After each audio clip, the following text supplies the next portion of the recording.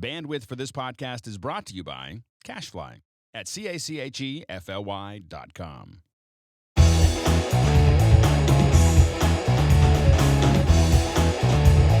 Welcome to MacBreak Studio. I'm your host, Brian Gary.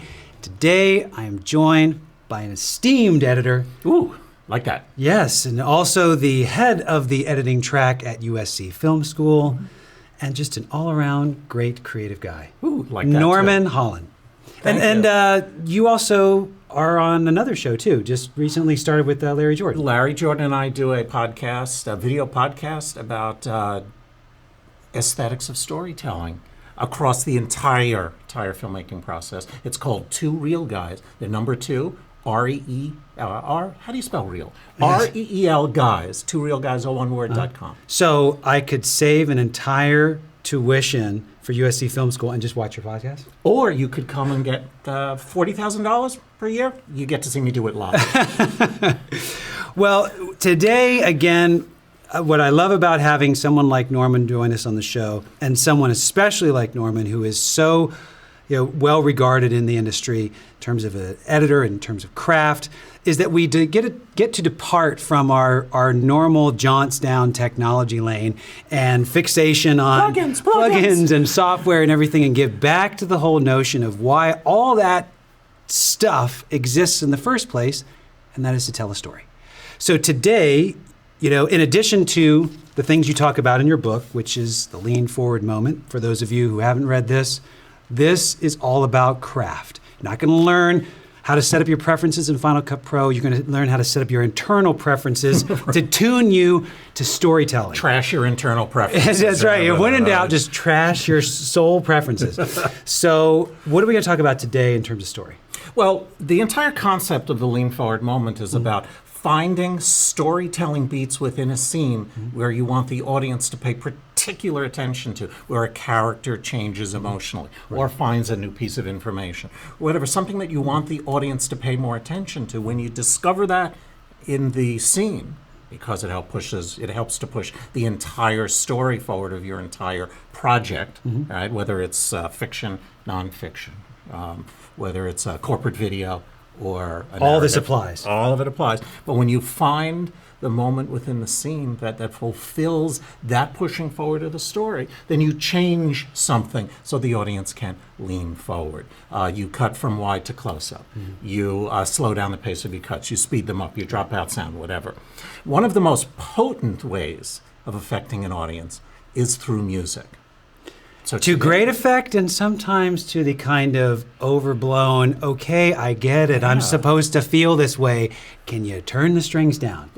In fact, that's because music is so potent, and that if you overdo it, and if you're changing 20 other things at the same time, cutting from wide to close, dropping out sound, if you're doing all of it at the same time, the audience goes, whoa, time out, got it already. Right. So that you have to be very good and judicious about how you choose to do things and what you choose to do. Right.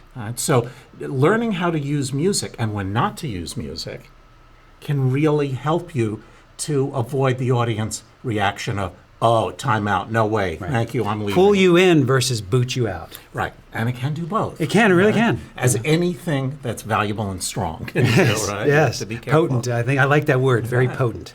So, what I'd like to do is I'd like to take a scene from a student film, therefore low budget, a film called Potter's Field, and take a look at what a particular scene near the end of the movie, in fact, it's the last scene in the film, is supposed to do, and try out two different types of things with music, right? One is what I call spotting. Right. Other people call it spotting besides me. It's basically where you begin and where you end music. Okay. And then also the style, the tone of the music, how that affects us. So I'd like to try a couple of different versions against the same scene so we can see how it addresses story. Right.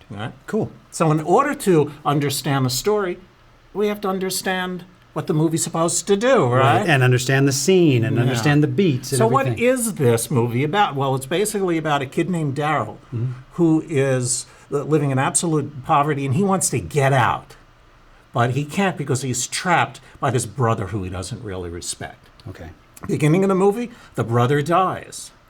But now this poor, poverty-stricken kid has to figure out a way of burying this brother who he didn't really like. And the course of the whole movie is him going from place to place in Los Angeles, where the movie is set, trying to figure out how to bury him. He doesn't have the money for a coffin. He can't, dump him at Potter's Field because that just doesn't seem right. And he goes from place to place, and finally, at the end of the movie, he ends up returning to Potter's Field and saying, okay, this is what I have to do. I don't really respect that brother, but we've now been through a lot together, albeit he's dead. Right. It's kind of a dark comedy. Did I mention that? A weekend at Potter's Field? Right. In this final scene, what happens is he brings him to Potter's Field and asks him to be buried there, but not as a John Doe, because he finally wants to give the brother some respect that he realizes he's due. So he asks that question. The guy who works at Potter's Field agrees. And then he leaves going, yeah, okay, I'm now kind of on the right side. Right. So this is the culmination of the entire movie. Bury that part of his. He can have closure. Exactly. So this scene's about closure. Okay. So what I like to do is I like to play the scene so you can see it dry without music. Okay. And then let's slip in a couple pieces of music in some different places. Perfect. Okay, so that'd probably be a lot better if I was actually back. Okay. Here we go.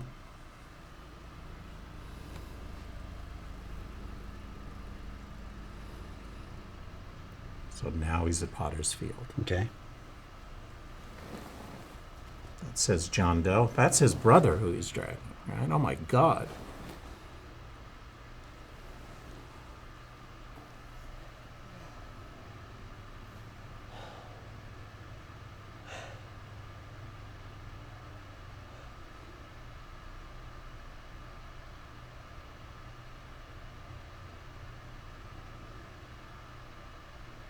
He doesn't feel good about this.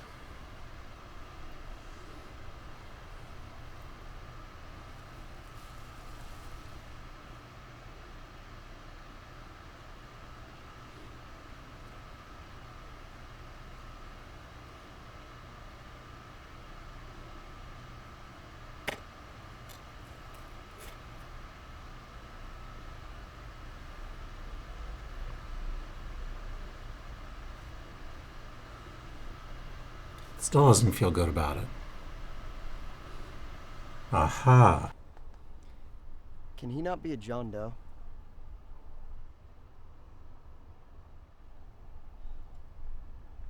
Can he be a Sebastian Hexler?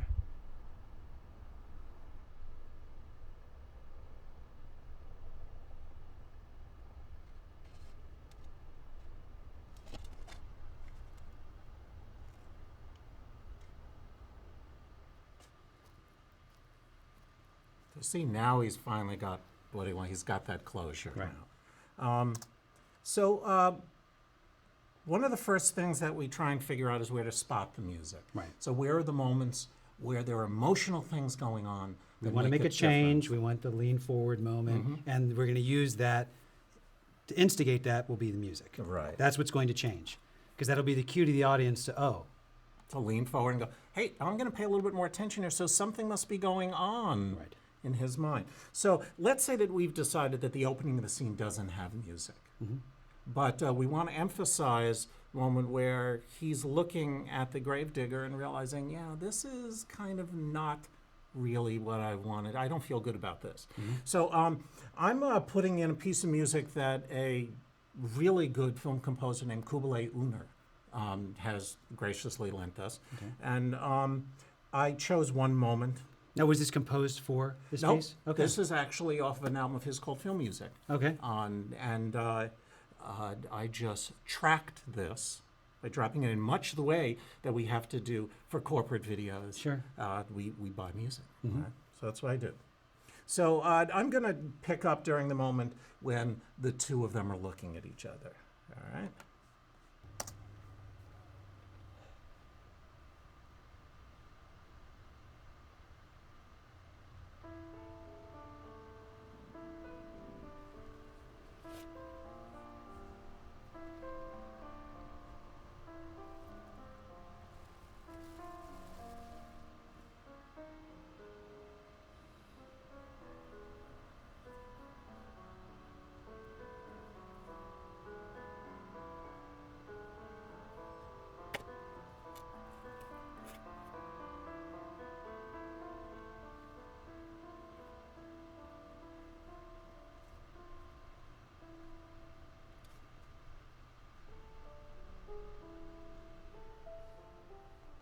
And see what's Can he often not be a challenging. John Doe? Sorry. What's often challenging about, music that's not specifically written for the scene is, as the beats change and the need for the music is changing emotionally, that song that you've taken, either it's needle Might or drop might not work. Exactly. Right. So, obviously, if you have a limited budget, you're having it scored.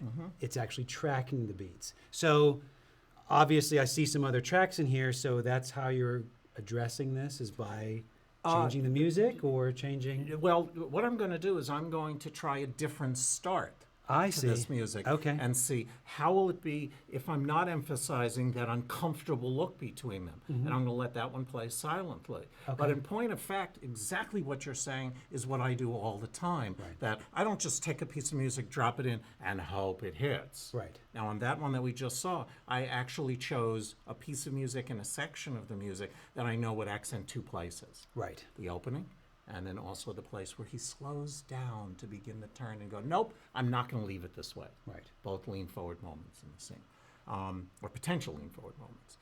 But we did notice that as soon as that music came in, I leaned forward and paid a little bit more attention to what's going on in Daryl's eyes. Right. So I'm going to try a different version of this where we're going to begin much later. All right, so this is a version where rather than accenting that moment, I'm going to accent where he turns around. Yes. The moment where he actually asked for the change. Okay. Where he is, and I'm going to lead with that music, so we're accenting that turnaround moment. Okay. So, So no all music this here. is just playing straight. Right, so this spotting is different than the last one. I'm going to play this, the uncomfortable stuff silent. He's not getting what he wants. No closure there. No closure there. Ooh, I don't feel good about this.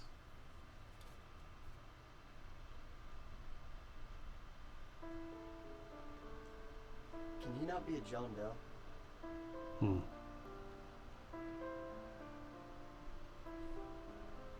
he be a Sebastian Hexler?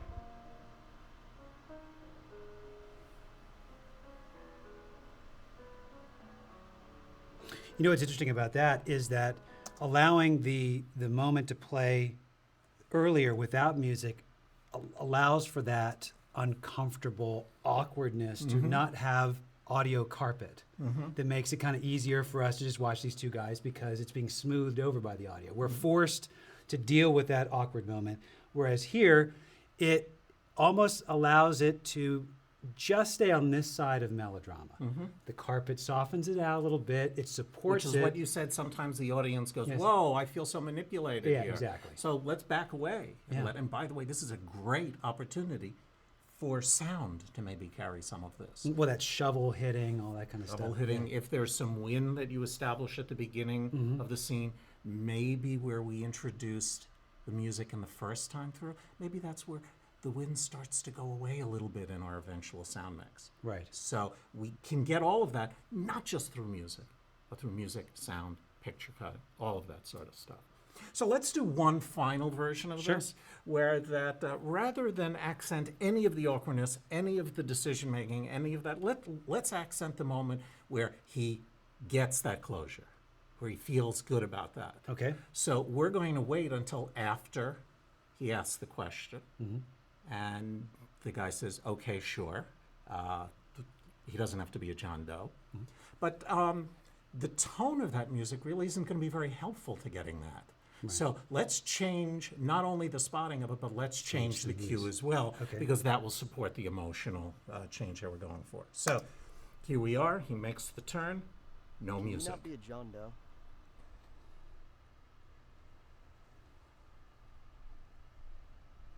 Can he be a Sebastian Hexler?